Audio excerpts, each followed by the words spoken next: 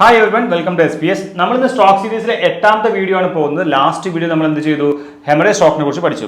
And one of our follower നമുക്കൊരു message അയച്ചിട്ടുണ്ടായിരുന്നു, ഈ വീഡിയോസ് ഒക്കെ ഹെൽപ്ഫുൾ ആവുന്നു. Thank you so much. അപ്പോൾ നമുക്കിനി എങ്ങനെയാണ് ഒരു ഹെമറേജ് സ്റ്റോക്കിൽ പുട്ടാമൻ ഹെമറേജും അതുപോലെ തലാമിക് ഹെമറേജും ഡിസ്റ്റിംഗ്വിഷ് ചെയ്യാൻ നമുക്ക് ഈ വീഡിയോയിൽ പഠിച്ചേക്കാം. നമ്മൾ പഠിച്ച ലാസ്റ്റ് വീഡിയോ ലെൻഡിക്കുലർ വെസൽസ് വഴിയാണ് നമുക്ക് എന്ത് ചെയ്യുന്നത്, ഈ ഡീപ്പർ സ്ട്രക്ചേഴ്സിലേക്കൊക്കെ ബ്ലഡ് സർക്കുലേഷൻ പോകുന്നത്.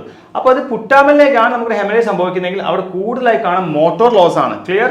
ദെൻ തലാമിക് ഹെമറേജ് ആണെങ്കിൽ നമുക്ക് അവിടെ കാണാൻ സെൻസറി ലോസ് ആണ് അലോങ് വിത്ത് ഐ ഡീവിയേഷൻ. അപ്പോൾ ഈ രണ്ട് കാര്യങ്ങളും ഐ ഡീവിയേഷൻ ഉണ്ട്. അപ്പോൾ നമുക്ക് ഐ ഡീവിയേഷൻ കണ്ടിട്ട് എങ്ങനെ നമുക്ക് തിരിച്ചറിയാന്ന് വെച്ചാൽ, ഒരു എഫക്റ്റഡ് സൈഡിന്റെ ടുവാർഡ്സ് ആണ് നമുക്കൊരു ഐന്റെ മൂവ്മെന്റ് പോകുന്നെങ്കിൽ അത് പുട്ടാമൻ ഹെമറേജ് ഉണ്ടായിരിക്കുക.